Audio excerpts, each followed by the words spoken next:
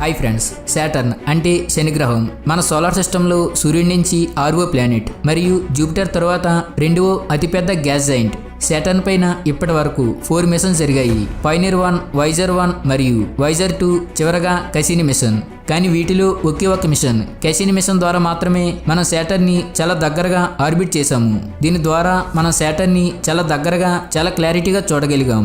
కసిని mission ద్వారా మనం Saturn యొక్క 2 మూన్స్ ని కూడా స్టడీ చేశాము. అవే ఇన్సులేటస్ మరియు సాటర్న్ యొక్క అతిపెద్ద మూన్ టైటాన్. సాటర్న్ మన సోలార్ సిస్టంలో ఉన్న మోస్ట్ యూనిక్ ప్లానెట్. ఈ ప్లానెట్ కి చాలా దట్టమైన రింగ్ ఉంది. మన సోలార్ సిస్టంలో ఉన్న వేరే గ్యాస్ జైంట్స్ అవే జూపిటర్, యురేనస్ మరియు నెప్ట్యూన్ దగ్గర కూడా రింగ్స్ ఉన్నాయి. కానీ సాటర్న్ లాగా థిక్గా కాకుండా చాలా తిన్నుగా ఉంటాయి.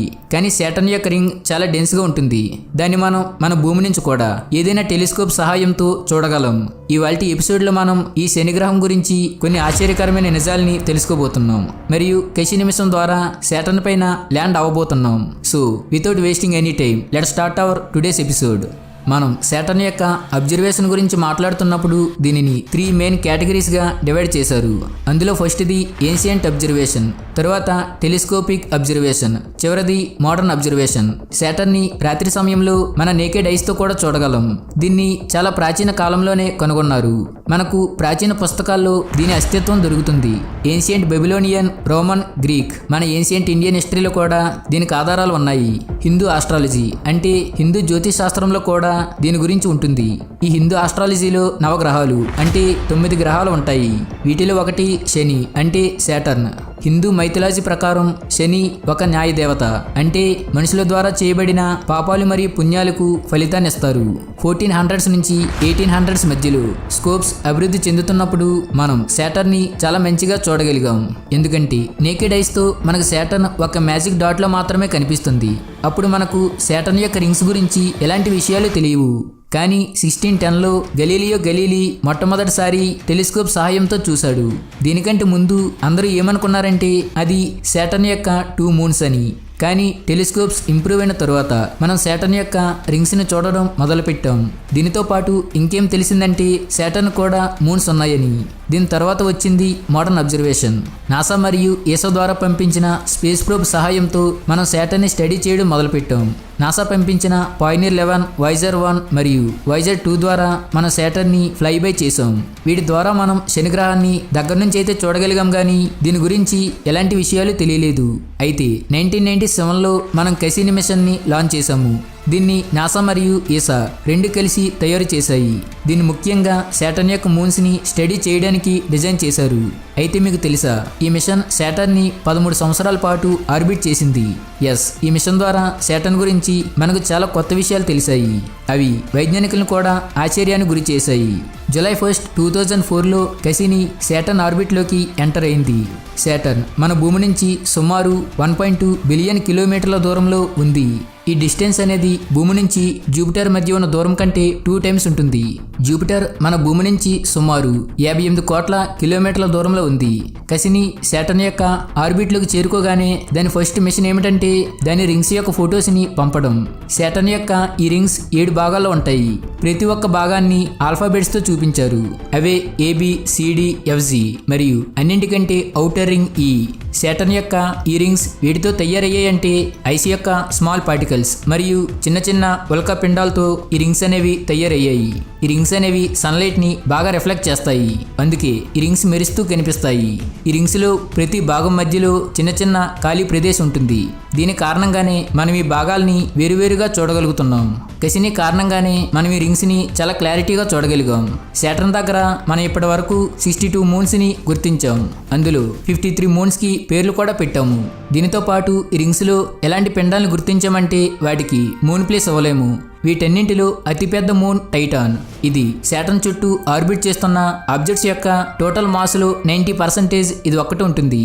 అందుకే ఇది వేరే మూన్స్తో కంపేర్ చేస్తే చాలా పెద్దగా ఉంటుంది. అయితే అసలు ఈ శాటర్న్ దగ్గరకు ఈ రింగ్స్ ఎలా వచ్చాయి? ఈ క్వశ్చన్ కొంచెం కాంట్రవర్షియల్గా ఉంటుంది.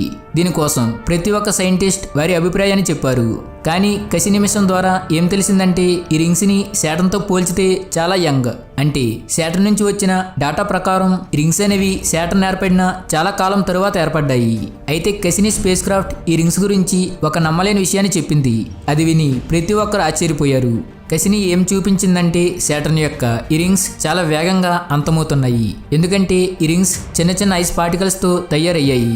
అందుకే సన్ నుంచి వస్తున్న అల్ట్రావైలెట్ లైట్స్ మరియు మెటరాయిడ్స్ ఢీకొనడం వలన ఈ పార్టికల్స్ చార్జ్డ్ వాటర్ మాలిక్యూల్స్గా మారుతున్నాయి. మరియు దీని మ్యాగ్నెటోస్ఫియర్ కారణంగా శాటర్న్ యొక్క వాయుమండలంలో ఇవి నిరంతరం కురుస్తూనే ఉంటాయి. ఈ వర్షాన్ని రింగ్ రెయిన్ అంటారు. ఎప్పుడైతే వాయేజర్ 1 ద్వారా మొట్టమొదటిసారి ఈ వర్షాన్ని చూసామో అప్పుడు వైజ్ఞానికులు ఏమనుకున్నారంటే ఒకవేళ ఇలానే జరిగితే రాబోయే 30 కోట్ల సంవత్సరాల తర్వాత ఈ రింగ్స్ అనేవి పూర్తిగా అంతమైపోతాయి. కానీ కసిని చేసిన అబ్జర్వేషన్లో ఏం తెలిసిందంటే ఈ రింగ్ రెయిన్ మనం అనుకున్న దానికంటే చాలా వేగంగా ఉంది. తర్వాత ఏం అంచనా వేశారంటే ఈ రింగ్స్ కేవలం 10 కోట్ల సంవత్సరాలు మాత్రమే ఉంటాయి. తర్వాత శాటర్న్ కూడా మన భూమిలాగానే ఎలాంటి రింగ్స్ లేకుండా ఉంటుంది. ఇలా శాటర్న్ చాలా విచిత్రంగా కనిపిస్తుంది, రైట్? కానీ ఈ 10 కోట్ల సంవత్సరాలు కూడా చాలా ఎక్కువ కాలమే. తర్వాత కెసిని శాటర్న్ యొక్క నార్త్ పోల్ సైడ్ వెళ్ళినప్పుడు దీన్ని చూపించింది. ఒక హెక్సాగోనల్ విండ్.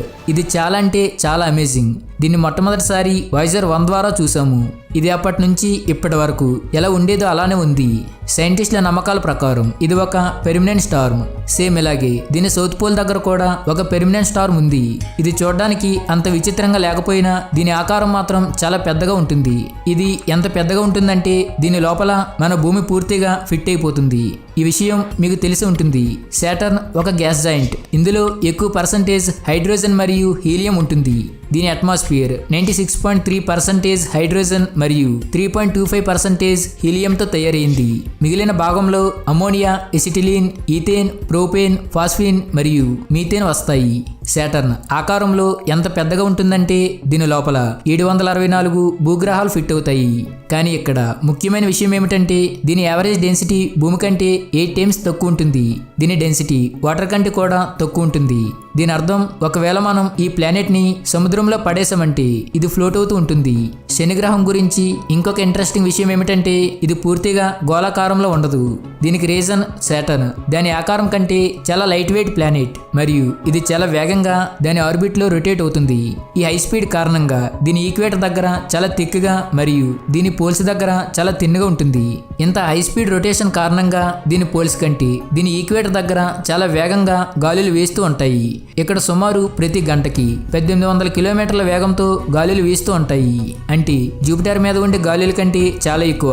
ఇది శాస్త్రవేత్తల్ని ఆలోచనల్లో పడేసింది. అసలు ఇది ఎలా పాసిబుల్ అవుతుంది? ఎందుకంటే శాటర్న్ సూర్యుడి నుంచి జూపిటర్ కంటే దాదాపు 2 దూరంలో ఉంది. దీని కారణంగా ఇక్కడికి సన్లైట్ చాలా తక్కువ చేరుకుంటుంది. జూపిటర్ యొక్క హై టెంపరేచర్ వల్లనే అక్కడ గాలులు అంత వేగంగా వీస్తూ ఉంటాయి. శాటర్న్ మరియు జూపిటర్ యొక్క కంపోజిషన్ ఆల్మోస్ట్ ఒకేలా ఉంటుంది. అయితే శాటర్న్ మీద జూపిటర్ కంటే వేగంగా గాలులు ఎందుకు వేస్తున్నాయి? దీనికి సమాధానం కెసినీలో ఉన్న ఇన్ఫ్రారెడ్ కెమెరా సహాయంతో దొరికింది. కెసినీలో ఉన్న ఇన్ఫ్రారెడ్ కెమెరాతో శాటర్న్ ని అబ్జర్వ్ చేసినప్పుడు మనకు శాటర్న్ లోపల నుంచి వస్తున్న వేడి కనిపించింది. తర్వాత ఏం తెలిసిందంటే శాటర్న్ లోపల నుంచి వస్తున్న వేడి సన్ నుంచి వస్తున్న వేడి కంటే 2 టైమ్స్ ఎక్కువ ఉంటుంది. ఈ వేడి కారణంగానే దీనిపైన అట్మాస్ఫియర్లు అంత వేగంగా గాలులు వేస్తున్నాయి. మనం శాటర్న్ గురించి తెలుసుకున్న కొద్దీ మన కుతూహలం కూడా పెరుగుతూనే ఉంటుంది. శాటర్న్ దగ్గర కూడా ఒక లిక్విడ్ కోర్ ఉంది. అది దాని మ్యాగ్నెటోస్ఫియర్ కి కారణమవుతుంది. కానీ శాటర్న్ యొక్క magnetic field Jupiter magnetic field కంటే చాలా తక్కువ ఉంటుంది మరియు భూమి యొక్క మ్యాగ్నెటిక్ ఫీల్డ్ కంటే కొంచెం వీక్ గాను ఉంటుంది. శాటర్న్ యొక్క మ్యాగ్నెటోస్ఫియర్ కూడా భూమిలాగానే ఆరోరాస్ని ప్రొడ్యూస్ చేస్తుంది.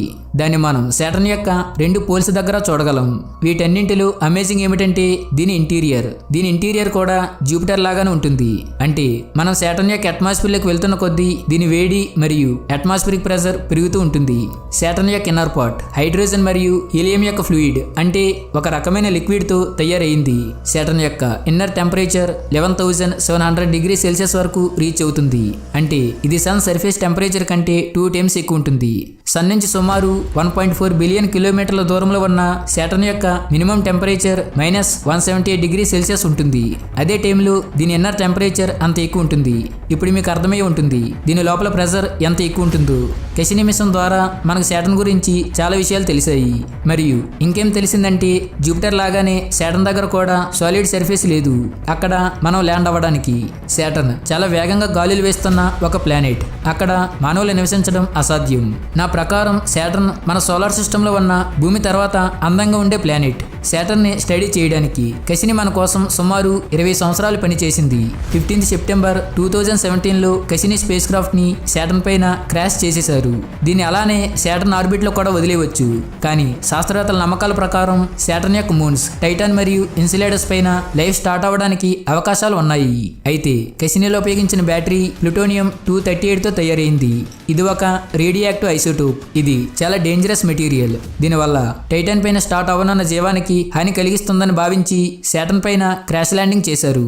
ఇది శాటర్న్ యొక్క అట్మాస్ఫియర్ లోనే మాడి ఆ అట్మాస్ఫియర్ లోనే ఒక పార్ట్ అయిపోయింది. ఇవాళ ఎపిసోడ్ ఇంతే. ఈ వీడియో ఎలా అనిపించిందో కింద కామెంట్ చేయండి.